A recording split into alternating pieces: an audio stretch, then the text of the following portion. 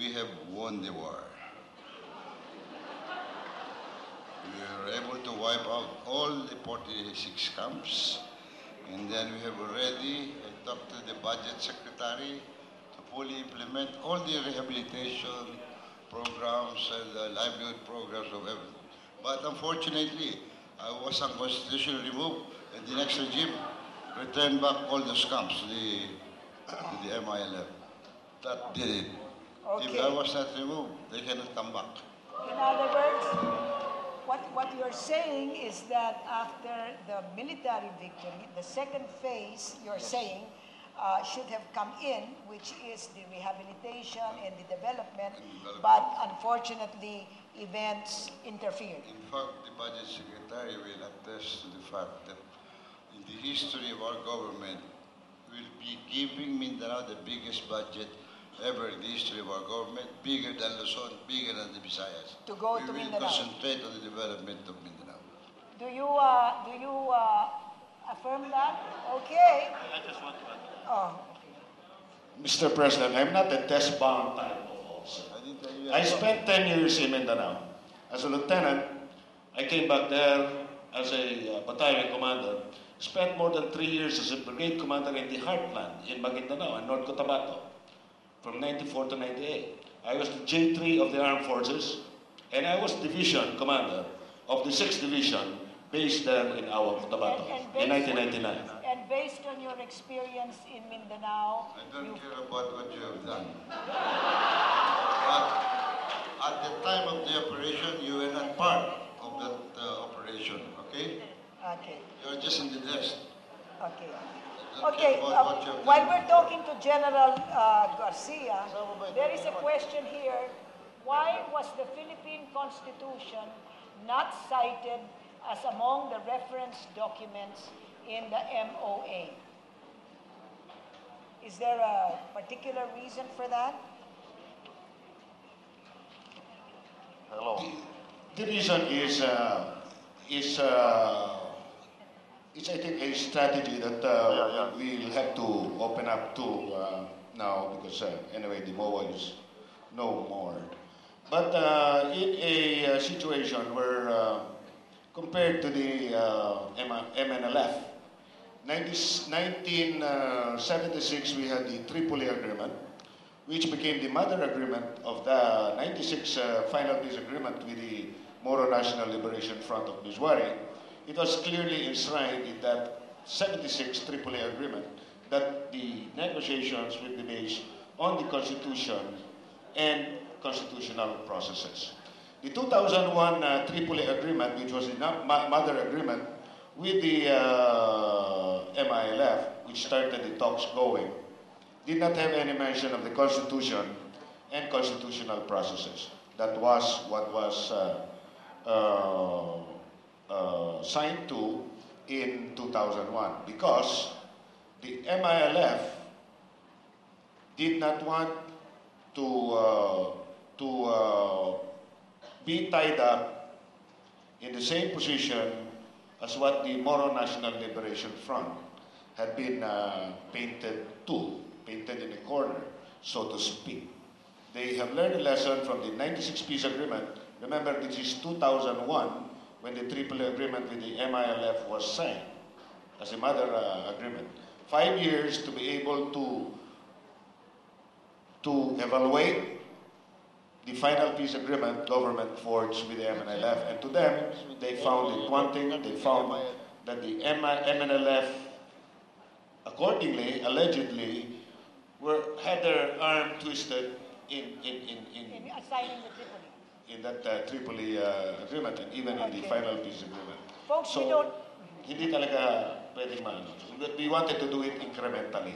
So, does that... The Tripoli agreement was forced out of the MNLF, and so they did not want a repeat of that, which is why they did not put in the Constitution this time? But there's a thing called a negotiation, which even the North Island, the negotiators in the Good Friday Agreement for Northern Ireland used. And this is what they call constructive ambiguity.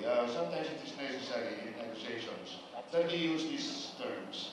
And the term we use is legal framework, which is nothing but, to many lawyers, is the national laws, our republic acts, and our constitution. Is that satisfactory? Winnie, as I presented in my paper, amendment to the Constitution is part of the process, yes. But what we are debating here is a policy issue, whether or not an amendment to the Constitution, which will eventually dismember Mindanao, is consistent with a policy, a national policy of our country. So that is the issue that I would like to put across. I cannot understand, Professor Monson, why there is a violent reaction to the statement in the report that it is the aspiration of the MILF to separate from the country. It is very clear here. It says the MILF tendency is to exit or separate, secede from the Philippine system rather than to access or share power in it.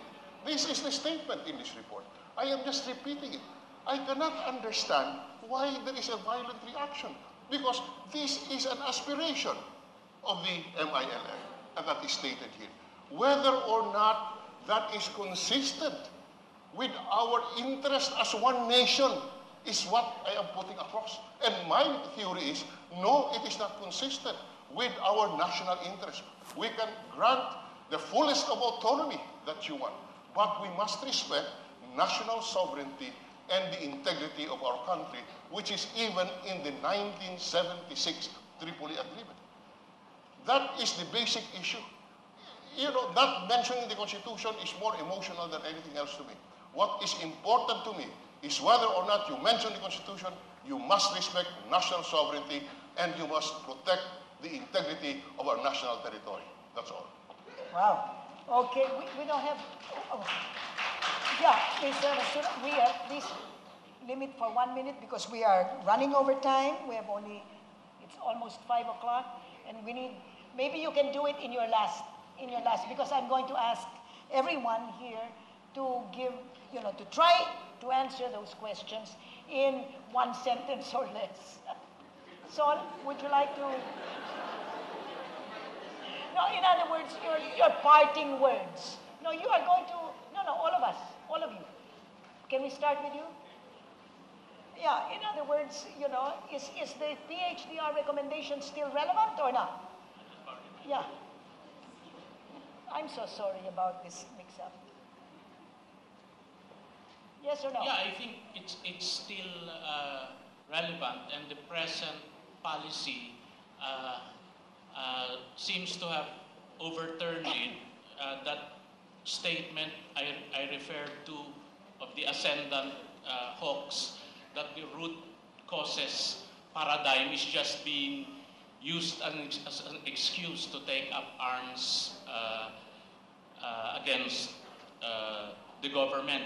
I think the root causes paradigm has not been addressed properly enough, such as through the recommendations of an analysis of PHDR 2005. The problem is not with that paradigm itself, but addressing that problem. So there is flimsy basis to now move to a new force of arms paradigm. Okay. Yasmin, would you like to? My God. Yeah, for me, the recommendation still holds true, and what seems to me very urgent is to look into the national peace constituency that reflects our policies. What's happening with the government is, to a certain large extent, is a reflection or a mirror of what's the mainstream thinks.